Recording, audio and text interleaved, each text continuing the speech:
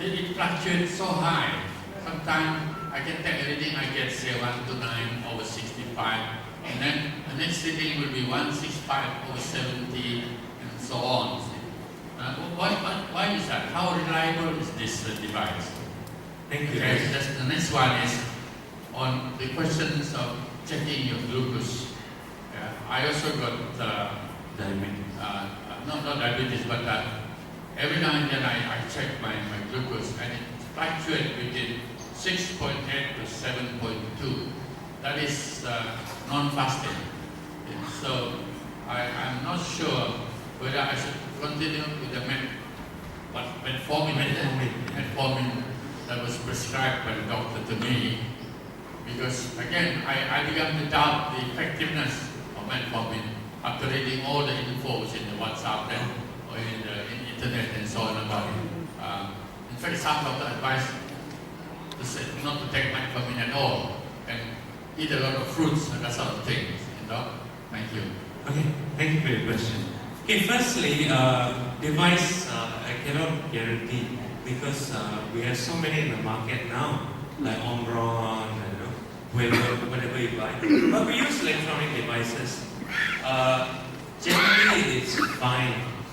They have a certain standard. So the electronic devices, okay. Even in all the clinics you go now, they use electronic because we stop using the mercury. Mercury is still the best, the pump, and that's still the best. But nowadays we use the electronic devices, and generally the standard is very good. So what you see is actually quite accurate. Second thing about your pressure, pressure changes throughout the day. So because when you wake up in the morning, what we recommend is actually that time you check your pressure.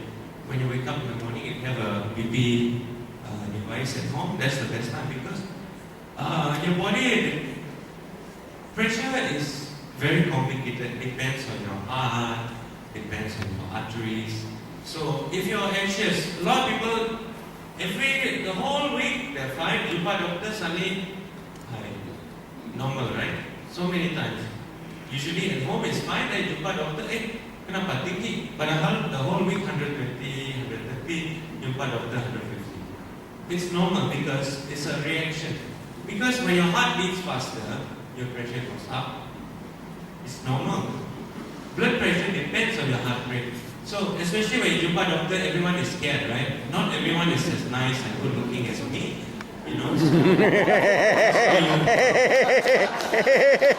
Good one.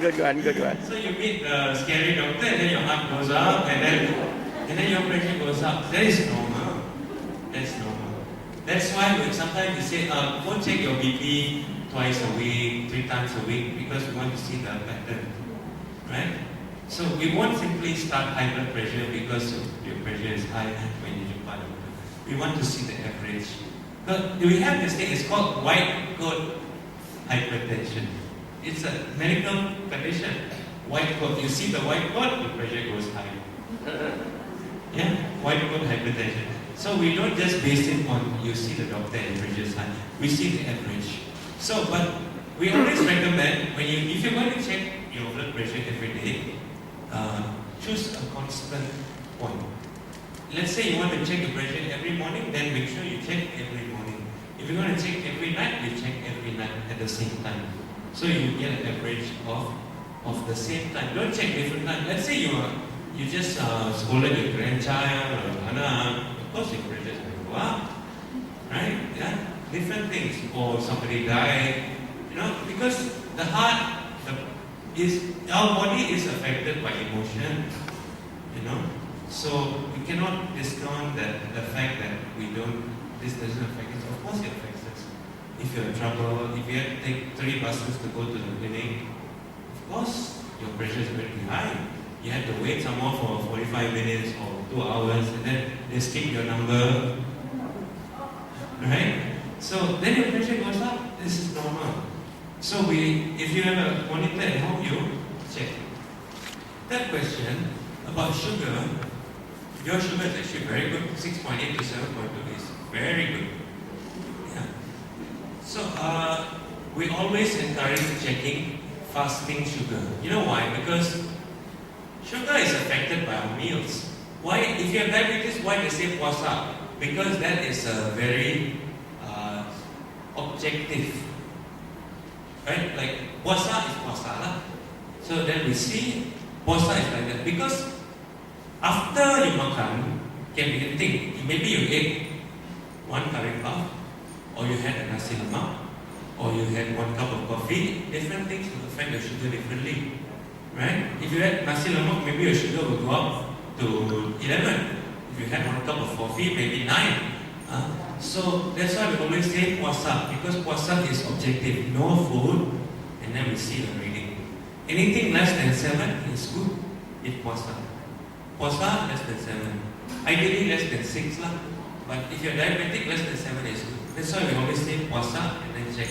Don't check simply lah. Like, if you just ate on buffet in Meridian and chendol and tea and coffee, and then you check your sugar, like, oh my god, it's 15. Of course it'll be 15 because you just ate.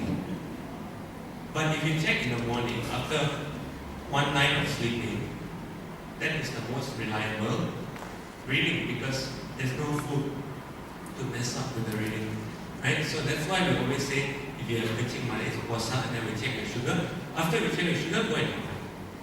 Because the food, different kinds of food will affect differently. Of course. Right? If you only ate salad today, of course your sugar will be very nice. But if you had a big meal of nasi ayam penyet or what, then it's going to shoot up. So that's why we always encourage checking fasting blood sugar before you meal, not after. Okay? Yes?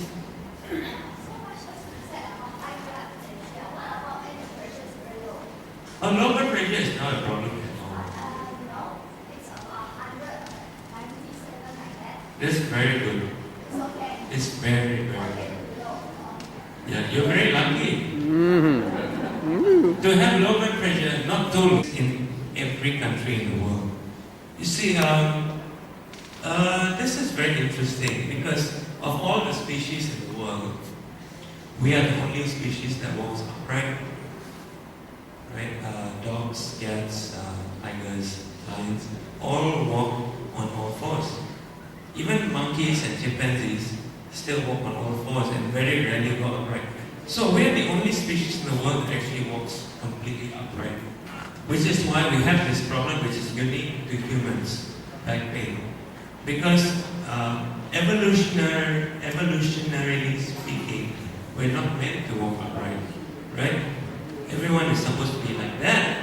But we walk like this, right? So, which is why we have all the problems associated with being upright. Right? You know, they were saying that Chinese will eat anything that the back faces the sun. Right? Have you heard that? Because every animal, the back faces the sun except us. As we walk upright. So, back pain exists in every culture and country because it's a very specifically human problem. And worldwide, back pain is the biggest condition that causes disability, more than any other condition measured by years lived with disability, YELD we call it.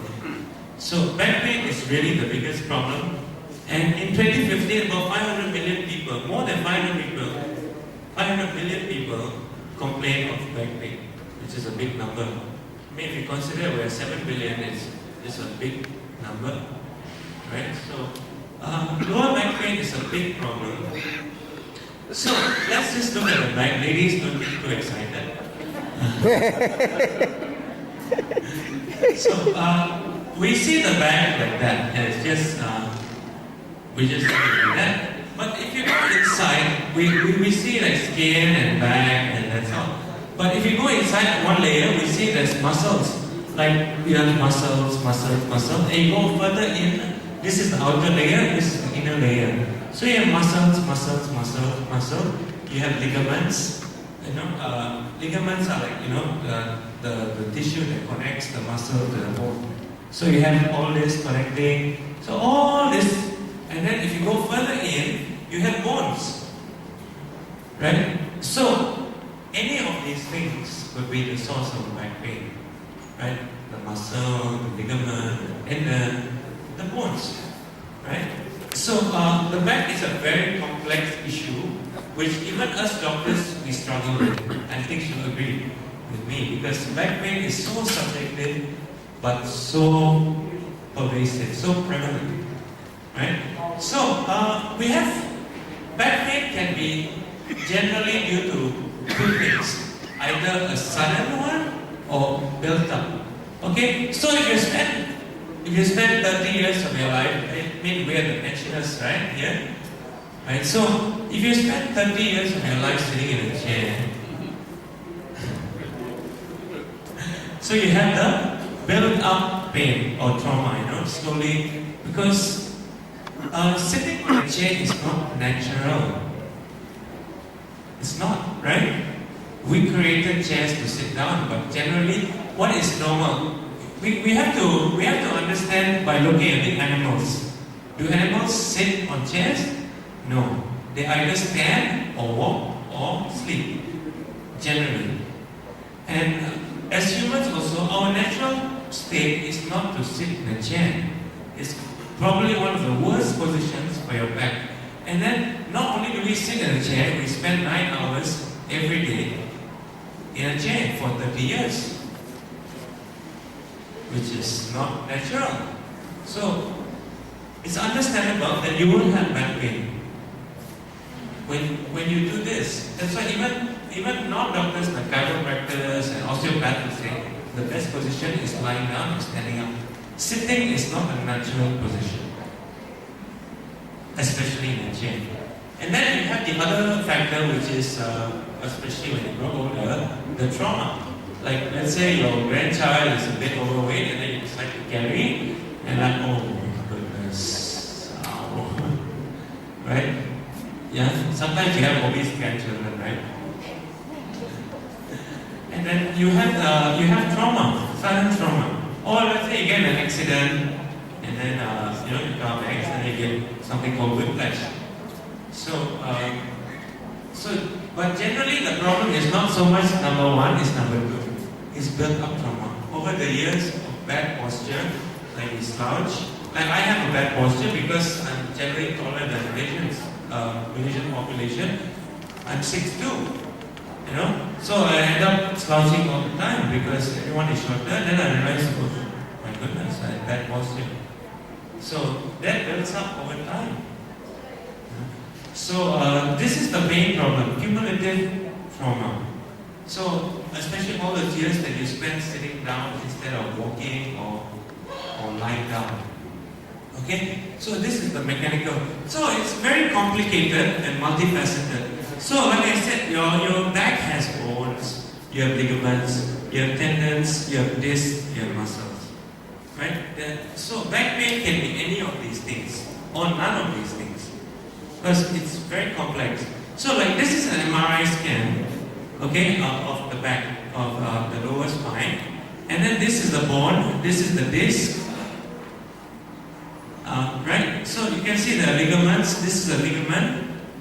In front, there's a, okay? So you have a ligament, and you have the spinal cord, of course. And then you have ligaments at the back.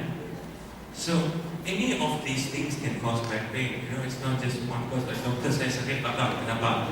Like, we get very annoyed with patients like, doctor says, sakit belakang 3 hari, kenapa tu? Like, okay, please tell me more.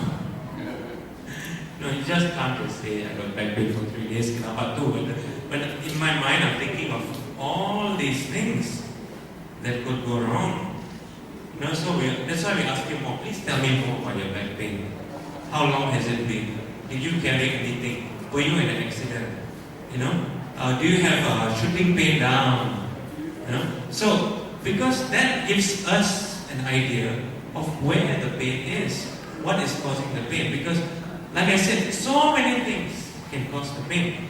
So, we have tissue damage. So, you might have an actual damage, which is, you might have fracture in bone, or you have slipped disc, or ligament tear. Or you might have nerve pain, which you don't see on scan, because the nerve is being pressed. We call it neuropathic pain, right? So, but most of the cases are mixed. So there's some nerve involved, Because this is your spinal cord. See? So the spinal cord gives off nerve roots. So every nerve root might get pressed. If this disc slip forward, usually the disc slip, this is a disc. So it slip, there's a slip disc. If the disc is pressing the nerve, you have a problem. So back pain is so complex like that.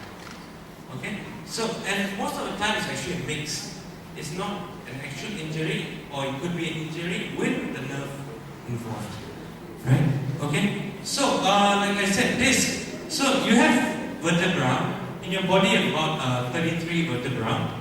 And each vertebra is divided by a disc. So what is this disc? This is when you eat the chicken bone, the Cartilage. the top part, the cartilage. So it's pretty much cartilage, the rawan. So what happens is, over time, you have all this injury. Number one, compression, shear, and torque. Like you're doing this, doing this, doing that. So many ways that the disc can get damaged. And then so eventually what happens is the disc sometimes slips. So when it slips, it goes forward, and guess what is here? Your spinal cord. Which happened That's to why you me. start getting your pain, or you get weak or paralyzed. Worst case scenario. So when we neurosurgeons, what we do is, when we operate is, we take out the disc and we fuse. So that's the operation we call. We will go in, take out this and fuse the two vertebrae. So this one cannot move anymore. But that's the way to prevent this disc from pressing on the spinal cord or the nerve. Okay? So that's our surgery. It's what else to do? You're going to live with pain for the rest of your life, right? So the sacrifice we have to make is we have to fuse it. Huh? Okay? So what causes back pain? We have generally a few things. Strenuous physical work, of course, especially heavy lifting. If you're going to carry a box, remember, never carry like that. You always bend. Put the weight on your thighs, not on your back. Don't lift like that. Okay? Lift like that. You all can see that? Right? Don't ever lift like that. Lift like that. Put the weight on your thighs, not your back. Okay? Reverse exercise in an improper way. Like even you go to a gym or exercise, and then you sometimes put out your back. This also includes sexual activity. Okay? So if you have sex in the wrong way, you also can injure your back. Okay? Depression and anxiety. Right? Anxiety and depression. Somehow your emotional state can affect your back. Okay? We have this. It's a real problem. Your emotional state can actually affect your physical body. Right? Our body is very complex. And so you can actually have back pain because you are depressed, because you're anxious. Okay? So that might be a cause of your back pain. Stress, of course, is a cause of back pain. Pregnancy, don't need to say. I think most of you ladies have had children, so you know the stress of, the burden of the weight of the child will put stress on your back, especially the lower back. Overweight, obesity. Right? If you're overweight, say the spine is holding us upright. Like I said, we're the only species upright, and the spine is holding us. So if you're carrying more weight on the body, so it puts stress on the back. Aging, what to do? This one we can't prevent. We all get older eventually. And smoking. Okay? So this is, I made it simpler. This is the one you have to remember. It's either age, arthritis, overweight, or poor working posture. Okay? So this is, at least if you don't remember all those things, remember this. Okay? So we lose bone strength and muscle flexibility with age. That's normal. What to do? We are built like this. We have so many years. Like a car or a house, there's wear and tear. Right? And the body is like that. So we have, especially after 30 years of, let's say you worked in an office before, so 30 years of built up trauma. right? Arthritis, obesity, and poor working posture. Okay, so what can we do? Number one, keep exercising. Okay, don't ever quit exercising because that really helps. I am a big proponent of swimming, and I encourage everyone to swim because swimming is really good for your back, for your heart, for your general fitness, and it doesn't put any weight on your joints. So if you have the chance, the government pool is just there, you know, the bomba, there's a bomba and there's a Tun Fuat Hall, right? There's a swimming pool there, it's 3 ringgit. I swim there too, that's what I'm telling you. It's 3 ringgit, go in there and swim. It's only closed on Mondays, okay? Otherwise, you can swim for 6 days a week. Okay, pay 3 ringgit, go next to the bomba and swim. Okay? I swim. I love swimming. Okay? So keep exercising. Okay? Number 2, limit bed rest. You know why? Because sometimes, okay, let's say you get sudden back pain and then you lie in bed, right? But studies have shown that the longer you stay in bed actually is worse for your back. It's better that you actually get out of bed. I know sometimes, you know, you get the back pain and then you're stuck in bed. But you shouldn't spend more than 3 days in bed. 3 days is maximum. Okay? More than 3 days, you should start getting out and exercising. Because it's proven to reduce your back pain. So don't just give yourself an excuse. It's nice to give yourself an excuse like a back pain, I want to lay down. Yes. But don't do that for more than 3 days. Okay? Start going on exercise. Like I said, go and swim. Okay? Weight loss helps. Okay? If you're overweight, I think everyone here is quite in good shape. So not so much issue, but it helps if you're overweight, weight loss, good posture. Yeah? Myself included, I'm telling myself, make sure you maintain good posture. You don't want to be one of those inans like that, right? And you see that. And it's not because of any issue, it's because slowly you build up bad posture.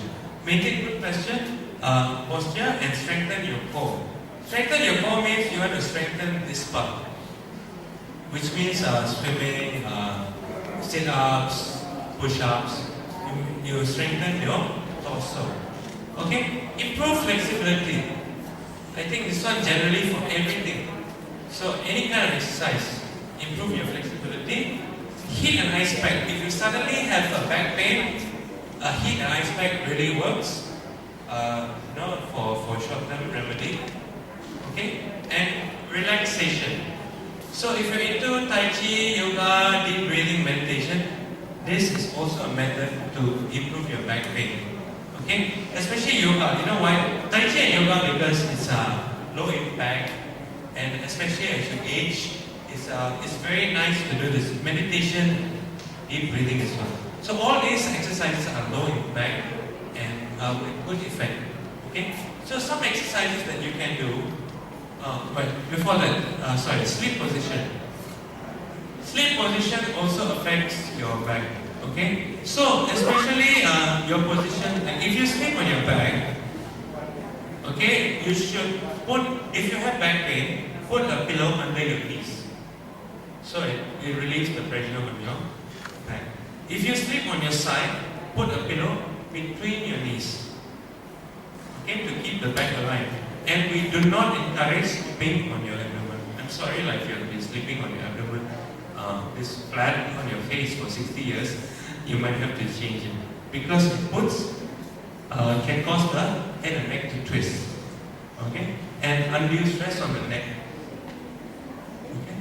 So if you sleep on your side, put a pillow between your knees. If you sleep on your back, put a pillow under your knees. Okay? Okay, so some exercises that you can do. Okay, so a bit too much on this. So I simplified this. 3 exercises. Number 1, you lie flat on the floor, you bend your knee and you twist. Okay, 1. Number 2 is called cobra. Go down and you curve your back. Okay. Yeah, that's one applies for me. And number 3, you lie down and you put your knee to your chest. It's quite So difficult. this is easier. Remember these 3. Like why encourage swimming when you do breaststroke? You know breaststroke? You're also doing this. Right? So this is why I encourage swimming. You're doing this with your breaststroke. And you're bending your knee also. Right? So breaststroke exercise is very good for your back. First you want to strengthen your muscles. Okay? So remember these 3 exercises. Twist, cobra, knee chest. Okay? This really helps with lower back pain. Okay? Okay, so I think that's about it. Any questions? This is back pain, so I'll be back.